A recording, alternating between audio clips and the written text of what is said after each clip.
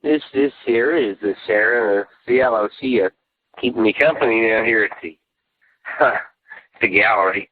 I guess your account pedestrian kicked me out. So I've been staying a little bit with Sharon.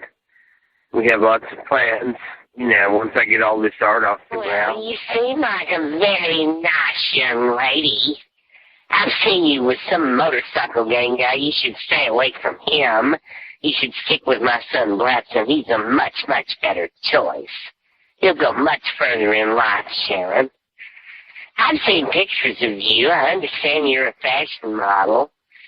You seem like a very nice young lady. Blatson, what is that odor? What's that smell coming from that paper mache statue over there? I don't know how you stand it in here. You should say something to the museum curator about this. All right. I brought you some lunch here, Blatson. Enjoy it. Now I've got to be going. Mama's got to run. She's got some errands she's got to do. Blatson. Bye-bye. Oh wow, Blatson, your mom is really something else. She's right about that statue over there smelling terrible, though. Look, here comes a group of people towards Blatson. us. Good afternoon, young lady. If the two of you will remain right where you are at the moment, we are about to create that paper mache statue up and deliver it to its spire, the Honorable Senator Quint. This shouldn't take a very long time, but we are going to pack it carefully for transport, so it may take a little bit of time. The senator intends to have it bronzed and displayed in his foyer. Have a good afternoon, both of you. Take care.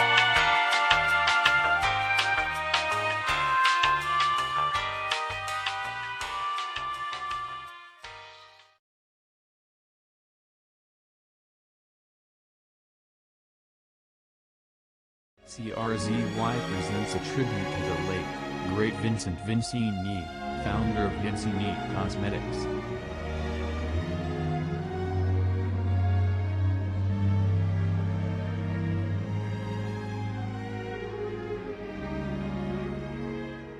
A new company. It's very small right now. My wife and I, we make the face cream at home. My name is Vincent Vincini. And right now, I'm just operating here out of a storefront. But one day, I hope to build and grow the company big enough maybe to have a factory. And then perhaps even then we shall expand. But right now, if you would like...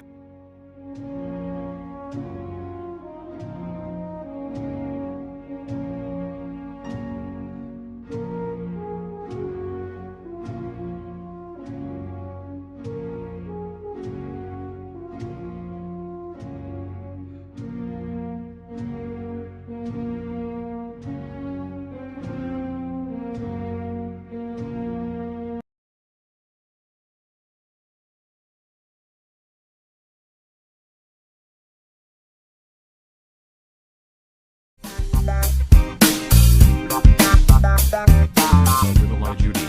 She like to put a little bit of her Play-Doh into the jar of Vincini face cream.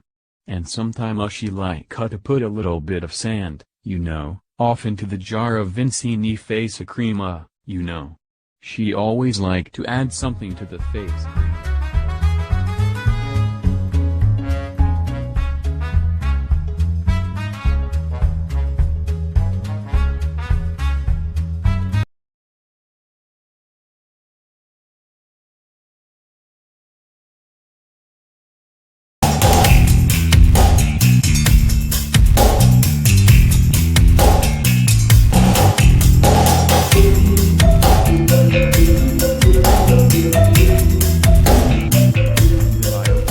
Outside of MERGATROID City, Flashy the paper doll sits idly yet securely while a demented apron head destroys the paper doll factory.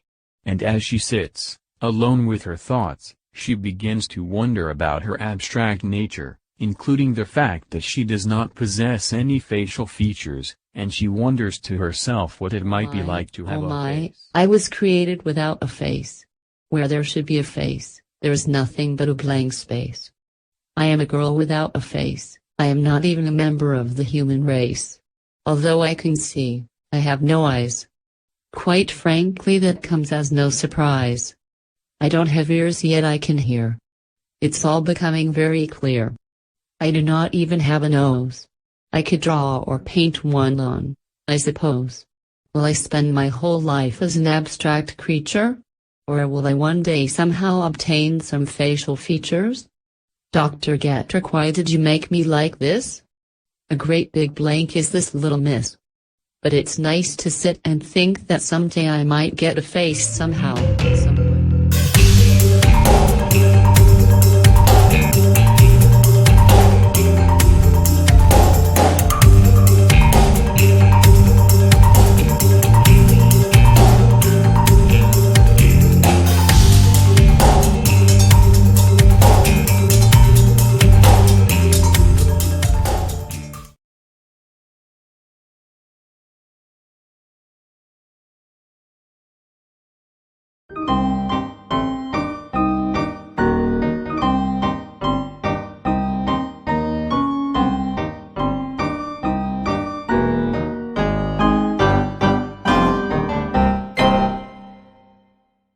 Children, Ophelia Anderson Jr.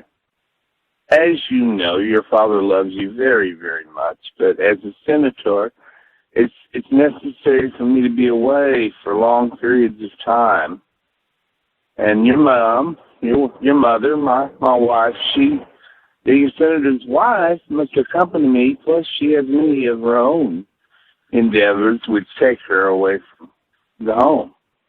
Therefore, we have hired a nanny for you. She's very, very stern. She's very, very old school, very traditional. You may not like her at first, children, but give the nanny time. Try to cooperate with her and try to get used to her. So I want to introduce you to your new nanny, children. This is Himmelsheimer. Children? Good morning, Miss Himmelsheimer. Good morning. Now, sit still. Don't fidget so much. Let's comb our little curls. Mama, we're a bit fussy this morning, aren't we? Now, let's put on our little shoes. Stand up straight now. Be a good little girl. Let's put a big happy smile on our face. The world hates frowners.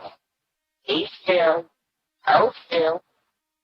There's a little hem hanging out of your dress. Let me take care of that.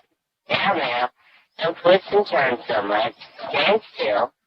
I think your mommy let you have too many sweets last night. You're so frosty this morning. Now be a good girl and march right down those stairs to the breakfast. See there, your little brother already has his shoes tied. Mama, now, let's hurry. Your breakfast will get cold. Little ladies mustn't tarry and be late. We must always be on time. Gotta learn to hustle a little, Missy. Let's go. Mama, now.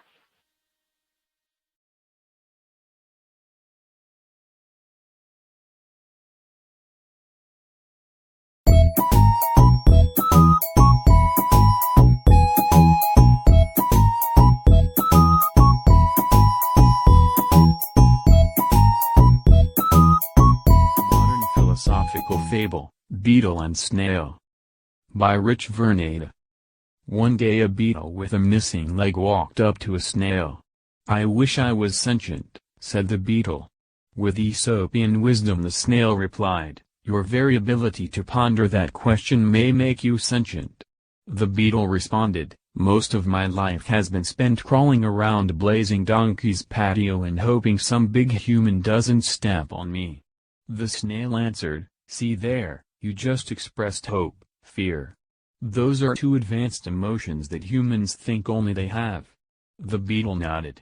"You a combat veteran? How'd you lose that leg?" The snail asked the beetle. "It's a long story." The beetle then remarked, "You got sensory organs that are different than mine. Does that make you more sentient than me?" "Nah, kid," the snail admitted, "I don't have any more sense than you do." The snail admitted, But I do have these nightmares about some giant human female stepping on me for the sexual pleasure of a male human. The beetle grimaced, if that's what it can be called, Jesh. Those humans are some sick puppies. The snail raised his antenna, you got it, kid.